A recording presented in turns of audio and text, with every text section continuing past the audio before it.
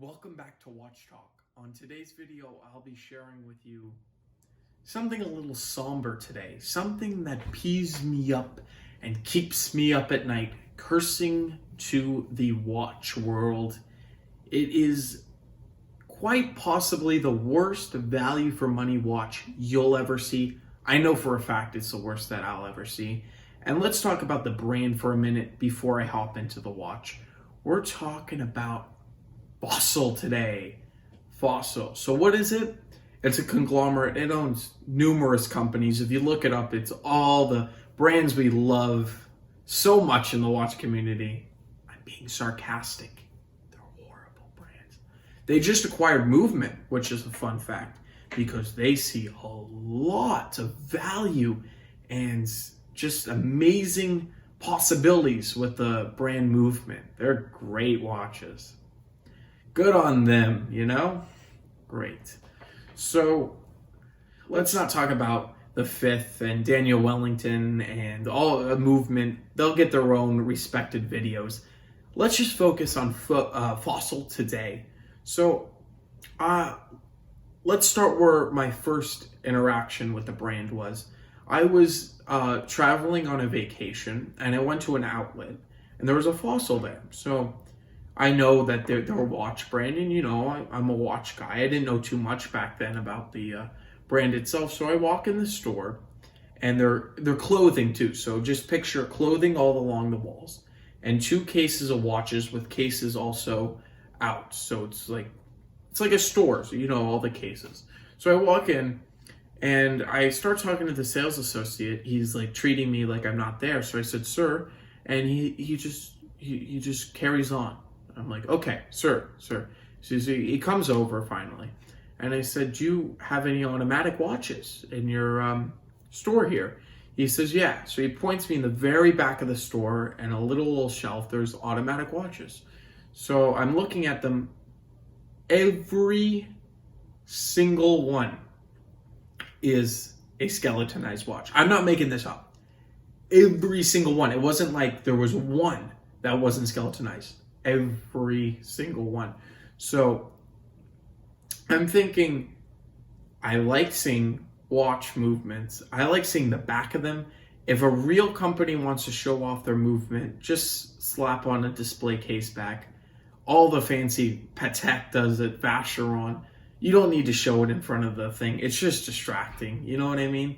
Now that's my opinion. If you like open movements, you know, skeletonized, go ahead. I know Hublot does a few of them. So, okay, whatever. They're all skeletonized. So I asked the assistant, I said, do you know the movement? I said, do you know what's inside of these? So he says, let me call my manager. I don't know what you're talking. He didn't know anything. So he called his the manager. So this lady comes over. She says, oh, what's your question? So I said, oh, what's the automatic movement in this watch? She says, no, you don't need a battery. I said, yeah, I understand that. That's why I'm asking what the movement is. She says, oh, okay. She says it runs on jewels. So I said, like jewels? She's like, yeah, rubies. And I'm like, yeah, I know that. That's what automatic movements run on. So it's like insane. These people don't know anything. So I said, no, I know that it runs on jewels. She says, oh, okay. So I said, what's the movement? Is it Seiko? What is it? Just what is it? So she says, yeah. She says, well, it's our movement. It's our movement. But the parts are from Japan. So I said, you have an in-house. I didn't even ask her. I remember this. I didn't even ask her for an in-house. I thanked them for their time and I left. So that was my experience with Fossil. Meanwhile, I never looked back. That was just too much for me. I could make a whole video about how the people in the store should be educated. If you're talking to a sales associate, Rolex is probably more, they know more because I've never been in one of their stores, but we're talking Tissot, we're talking nice watches, even countless brands that you walk into their store and they won't know what you're talking about. So I think companies should train their employees, their new associates, to understand and help the collector instead of the collector having to educate the employees. It's just completely bonkers to me, but that's not the point. So later on, after I had this experience at Fossil, I find out a friend of mine has a watch from them, and he says, yeah, he says it was a gift from his girlfriend. So I said, okay, let me take a look. And I looked at it, and he kept the receipt, the box, everything, you know. I have to say, this is the watchmaker's nightmare. This is what people have crazy nightmares about. I'm going to show you this watch, and I really want you to comment down below if this is the worst value watch you've ever seen. Really, because I think this is the worst value watch. Let's flip it around. I'm taking a look at the case before I open this. It says Fossil, you know, it's a nice case. It's recyclable. Look, it says, just, you know, it's a nice case. Let's take it out. We'll get to the receipt in a bit. Let's take a look at the case itself. Now, the watch, I should say.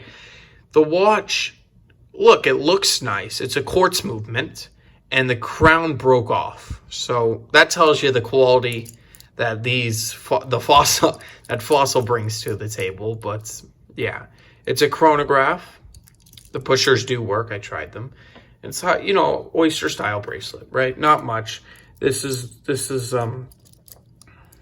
you know, just milled class, you know, not much. The links are solid. So this is an engraved, but let's look what they say. So most companies, I think you'll notice that they put what they're proud of the watch on the back. So let's see what Fossil says, what they're proud of. Let's see. They're proud of their stainless steel construction. Okay. And 5 ATM.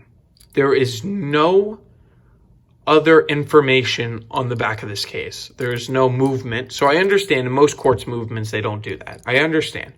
This is not sapphire.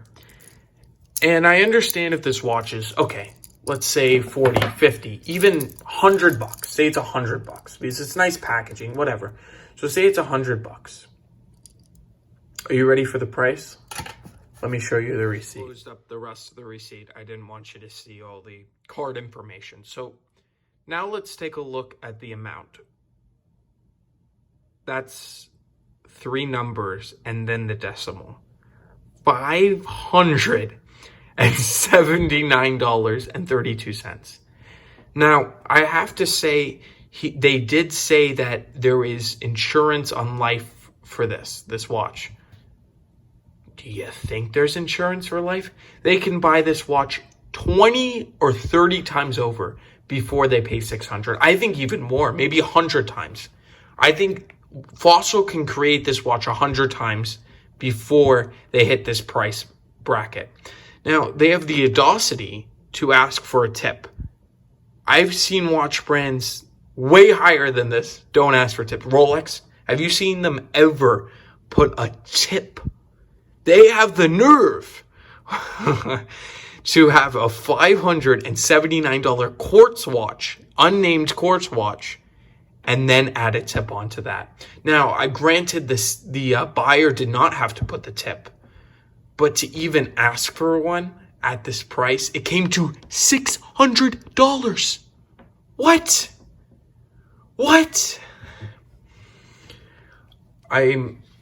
I'm just astonished and amazed that they can ask. Let's just take another look at the watch before I have to let you guys go. No lume. I don't think there's any. Oh, there is lume. Okay, on the hands there's lume. Okay. We don't know what lume it is. We don't know. $600. I call that down the drain. I think this thing, if you put on eBay, won't sell for $50. I guarantee you. Now, the crown is out. We can go get it replaced because they have life insurance on this watch. When a company asks, when they say life insurance on something, they're either screwing you so hard that it doesn't matter that they can replace the watch, or it's something you pay for add-on. So you add on insurance. There is no other company, I think, in watch world that will have life insurance policy. out there. I could be wrong. This could be a special edition, a collector's amazing fossil. But look, it's not. We all know what this is. This is worse than a movement, I find.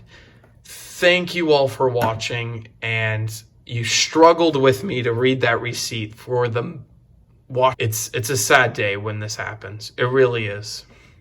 A salute to everybody who's bought a fossil at this price range. I will all catch you in the next one. Please like and subscribe for going through this torture. It really does help the channel, and I'll see you in the next one.